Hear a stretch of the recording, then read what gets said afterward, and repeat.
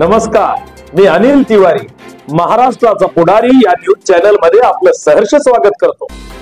गावगाडा ते मराठवाडा, राष्ट्र महाराष्ट्र पश्चिम महाराष्ट्र, नात्याचा अनुबंध ते कोकण, न्याय हक्क लढा संदर्भ ते विदर्भ, समस्या असो की अडचण, उत्साह असो की आनंदाचा क्षण, क्षणात आपल्या दारी महाराष्ट्राचा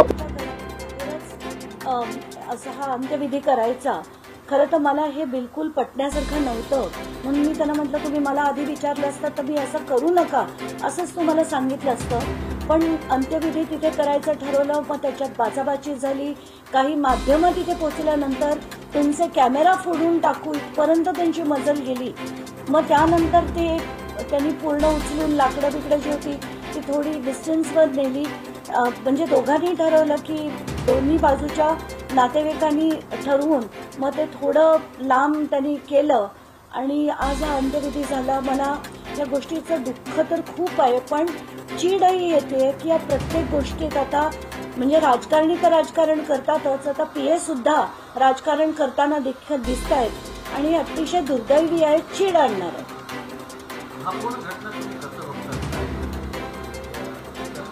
आता ते अंत्यविधी चालू असताना म्हणजे आधी करू देत नव्हते, तर मला त्यांनी व्हिडिओ कॉल केला तिथनं। ते व्हिडिओ कॉलचे मी काही स्क्रीनशॉट्स देखील माध्यमांना दाखवले की म्हटलं तिथे तुमचे कोणीच जात नाहीयेत प्रतिनिधी, तुम्ही काहीतरी त्यांना मदत करा। मग पोलिसांशी मी ऑन व्हिडिओ कॉल बोलले, मग मी एसपीशी बोलले की आता तरी म्हणजे ही जी दृश्य आहेत मला तर हे बिलकुल पसंत नाही, पण आता हे लावल्यानंतर तरी तिथे करून देण्याची परवानगी तुम्ही द्या। तेव्हा एसपींनी मला वाटतं तिथल्या अधिकाऱ्यांशी बोलून हे करून दिलं। मला खरंच मी सांगते ना की काय पाळी आली आज एका मुलीवर, जी इतकी उच्च शिक्षित असून सुद्धा तिला आज इतका दुर्दैवी आणि चीड आणणारा मृत्यू तिचा झालाय। आणि याच्यात प्रत्येक ठिकाणी आपल्याला राजकारण होताना दिसतंय। काल जसं मी म्हटलं तिथे पोलीस स्टेशनमध्ये सुद्धा बीडच्या काही लोकांनी मला सांगितलं की एक व्यक्ती येऊन सेटलमेंट करण्याच्या गोष्टी करत होता। तो म्हणाला की तुमचा एक माणूस द्या, आमचा एक माणूस घ्या आणि हे सगळं सेटल करू। हे सगळं ऐकल्यावर मला अतिशय चीड आली होती आणि त्या मुलीच्या वडिलांना घेऊन मी नायर हॉस्पिटलचे जे डीन आहेत त्यांच्या कार्यालयात जाऊन निवेदन दिलं की हे सगळं जे पोस्टमॉर्टम आहे ते ऑन व्हिडिओग्राफी झालं पाहिजे। मग त्यांनी 2 विटनेसेस, एक मेडिकल ऑफिसर आणि व्हिडिओग्राफर अशा याच्यात ते पोस्टमॉर्टम झालंय। आता त्याच्यात सुद्धा काही टॅम्परिंग होऊ नये आणि तिला खरंच आता न्याय हा शब्द कशाला म्हणावा हाच प्रश्न पडतो।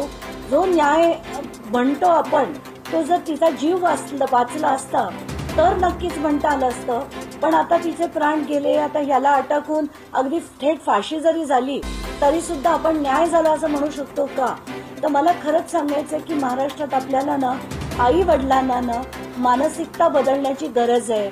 जर मुलगी सुखी नसेल, जर तिला त्रास असतील, तिला हाल असतील, तर समाज काय म्हणेल, लोक काय म्हणतील याच्यासाठी तिला परत घरी न आणणं हा खरंच कुठेतरी आपण चुकतोय आणि ही मानसिकता बदलण्याची तात्काळ गरज आहे असं मी प्रत्येक आई वडिलांना नम्र विनंती करेन।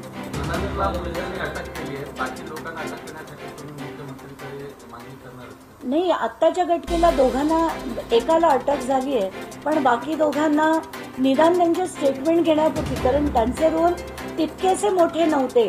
आता जे शीतल आंधळेचं मी ऐकलं की तू जर तुला नांदायचंय तर नांद, नाही तर आम्ही आमच्या भावाचं दुसरं लग्न करून देऊ, असं जर कुठली नणंद म्हणत असेल, एक स्त्री म्हणून तिची साथ देत नसेल तर हा प्रचंड मोठा गुन्हा आहे। पण आता या सगळ्यांना त्यांचे स्टेटमेंट्स घेऊन याच्यातल्या योग्य त्या चौकशी करून, म्हणजे तो पंकजा मुंडेचा पीए आहे म्हणून जर हे दाबलं गेलं तर तसं होऊ देणार नाही। मला तर पंकजा मुंडेंकडनं ही अपेक्षा होती की त्यांचं कालचं जे स्टेटमेंट होतं ते मी ऐकलं, त्याच्यात सरळ लिहिलंय की 6:30 ते 6:45 मध्ये मला ही माहिती मिळाली। मग पंकजाताई, तुम्ही त्या कुटुंबाला, जे पालवे कुटुंब होतं, तुमच्याच आडनावाचं कुटुंब होतं, त्या आडनावाच्या कुटुंबाला तुम्ही का मदत केली नाही, का तात्काळ पोलीस स्टेशनमध्ये गेला नाही? ती जी सासरची माणसं होती ती देखील पोलीस स्टेशनमध्येही नव्हती, हॉस्पिटलमध्येही नव्हती। ते सगळं का झालं? ती केवळ आत्महत्या असती, ते सगळं झालं नसतं। तुम्ही त्यांना मदत करणं गरजेचं होतं, पोलिसांशी बोलणं गरजेचं होतं, अंत्यविधीला उपस्थित राहणं गरजेचं होतं. जर तुम्ही लग्नात होतात, पुत्र समान मुलगा होता, जर तो तुमचा पीए होता, तर मग त्याची बायको जेव्हा गेली, तुम्ही तिथे का गेला नाहीत? असंख्य प्रश्न आहेत. पण जसं मी म्हणते ना की यांच्या घाणीच्या राजकारणात खरंच मला पडण्याचे त्या किळसवाणी राजकारण झालंय, मला पडण्याची इच्छा नाही. हे राजकारण खरंच किळसवाणी झाले का? एकंदर पाहिलं गेलं तर आतापर्यंत त्यांची नावं येत होती, पण आता पीए वगैरेंची पण नावं येताना दिसतात. तरी कुठपर्यंत म्हणजे मला आता असं वाटतंय की आता जे राजकारणी दादागिरी करायचे, तसंच आता पीए सुद्धा दादागिरी करतायत की काय?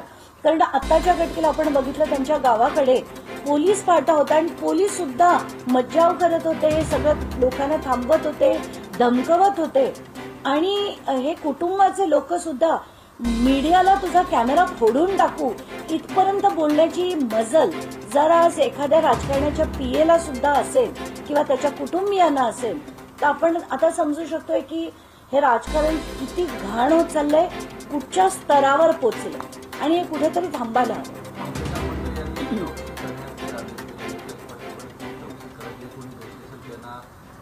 हा ना एक स्टँडर्ड डायलॉग झालाय महाराष्ट्राचा की याची चौकशी झाली पाहिजे, निष्पक्ष चौकशी झाली पाहिजे, कोणालाही सोडण्यात येऊ नये. हे तेच डायलॉग परत परत मांडले जातात.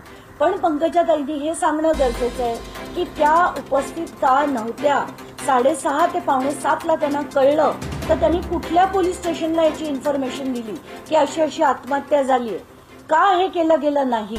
आणि त्या स्वतः ज्या वरळीतच त्यांचं ऑफिस असताना त्यांच्यापैकी तुम्हाला जमत नसेल, तुमच्या ऑफिसमधल्या काही लोकांना तरी मदतीला हात देण्यासाठी पाठवणं गरजेचं होतं, तसं तुम्ही करताना दिसत नाही. त्या गरजे कुटुंबाची कुठलीही व्यक्ती ना पोलीस स्टेशनला होती ना तिथे हॉस्पिटलमध्ये.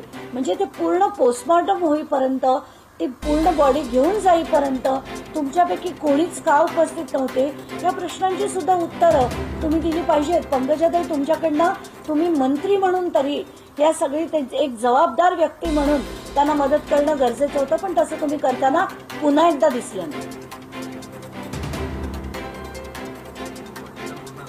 नाही हो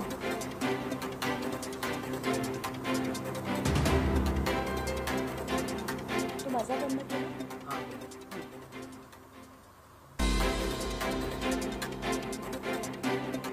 प्रत्येकाच्या मनामनातील मातीच्या कणाकणातील आपल्या व आपल्या हक्काची ललकारी महाराष्ट्राचा पुढारी पाहण्यास विसरू नका.